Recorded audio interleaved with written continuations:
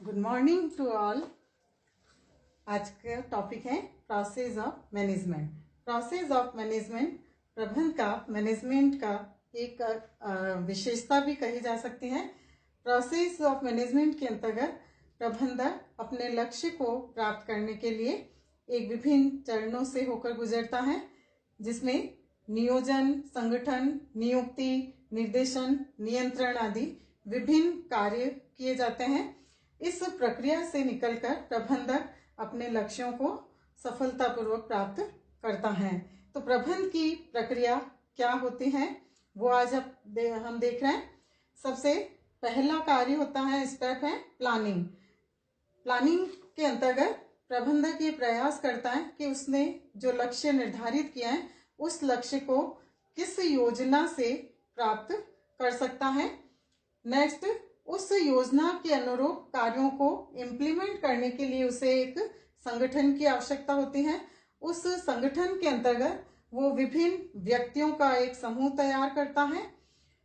समूह तैयार करने के बाद स्टाफिंग, नियुक्ति, वो ऐसे व्यक्तियों की नियुक्ति करता है जो निर्धारित लक्ष्यों को आसानी से क्रियान्वित कर सके। फिर नियुक्त किए गए व्यक्तियों को वो निर्देशित करता है, डायरेक्शन देता है, और इस प्रकार से वो उस समूह के अंतर्गत यानी संगठन के व्यक्तियों को नियंत्रित करते हुए अपने लक्ष्यों को प्राप्त करने का प्रयास करता है। तो जिस तरह से व्यक्ति अपने किसी भी कार्य को करने के लिए एक निश्चित प्रोसेस यूज करता है, एक निश्चित प्रक्रिया से होकर गुजरता है, उसी तरह से प्रबंधन में भी एक निश्चित प्रक्रिया का प्रयोग किया जाता है। मैनेजमेंट के इस प्रक्रिया को हम प्रबंधन के कार्य के रूप में भी मान सकते हैं कि एक प्रबंधक इन सभी क्रियाओं को, इन सभी कार्यों को करते हुए अपने लक्ष्यों को पूरा करता है।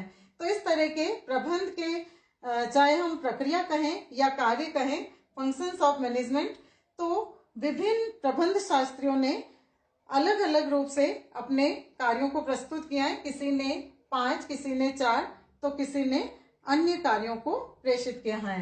हेनरी फेयोल, कुंज ऑर्डोनेल, टेरी, आर.सी. डेविस इत्यादि ने अलग अलग स्टेप के अंतर्गत प्रबंधन की प्रक्रिया यानी प्रबंधन के कार्यों को इम्प्लीमेंट करने का प्रयास किया। प्रबंधन में लूथर गुलिक का भी नाम बहुत ही पॉपुलर है। लूथर गुलिक ने पोस्ट कॉर्ब के नाम से प्रबंधन के कार्यों को प्रस्तुत किया।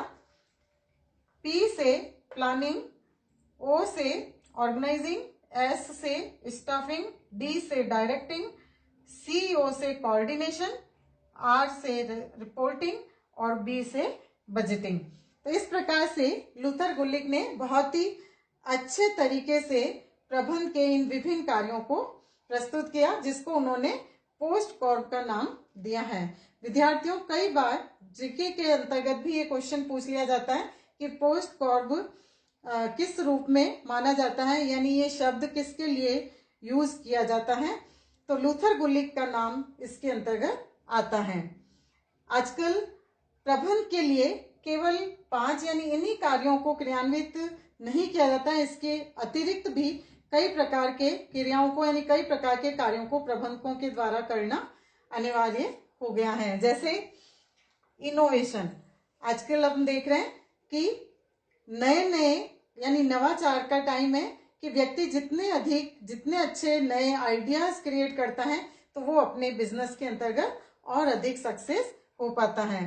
तो इनोवेशन, कम्युनिकेशन, आप जानते हैं कि एक बिजनेसमैन को विभिन्न वर्गों के साथ संपर्क करना होता है, अपने विभिन्न जिन से उसका संपर्क है उनके साथ उसे वार्तालाप, संवाद करना होता है। तो जब तक उसके अंतर्गत कम्युनिकेशन स्किल नहीं होगी तो वो अपने व्यवसाय में, बिजनेस में सक्सेस नहीं हो सकता है।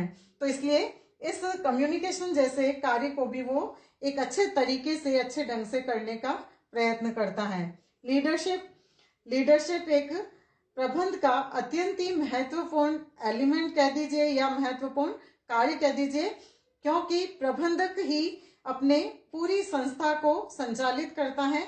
तो उसकी लीडरशिप कैसी होनी चाहिए, वो अपने नेतृत्व से किस तरीके से अधिक अपने अधीनस्थों से कार्यों को प्राप्त करता है, तो उसके अंतर्गत एक अच्छी लीडरशिप भी होनी चाहिए, इस कार्य को भी उसे पूरा करना होता है। मोटिवेशन, ये बहुत ही आवश्यक कार्य है। प्रबंधक समय समय पर अपने संगठन के अंतर्गत अपने व्यक्तियों को, अपने अधीनस्थों को, संगठन के व्यक्तियों को अभिप्रेरित करता है, मोटिवेट करता है, कई तरीके उसके लिए यूज करता है और इसके लिए विभिन्न प्रबंध शास्त्रियों ने विभिन्न विचारधाराएं भी प्रस्तुत की हैं और उसके आधार पर प्रबंधक विभिन्न अधीनस्थों को कार्य करने के लिए प्रोत्साहित करते हैं।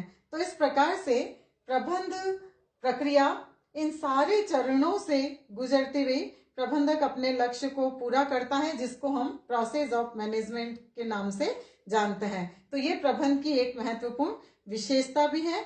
दूसरा क्वेश्चन इसे प्रबंध के कार्यों को भी हम सम्मिलित कर लेते हैं कि प्रबंध के कौन से कार्य हैं। तो ये सारे कार्य भी प्रबंध के अंतर्गत एक प्रबंधक के द्वारा पूरे किए जाते हैं।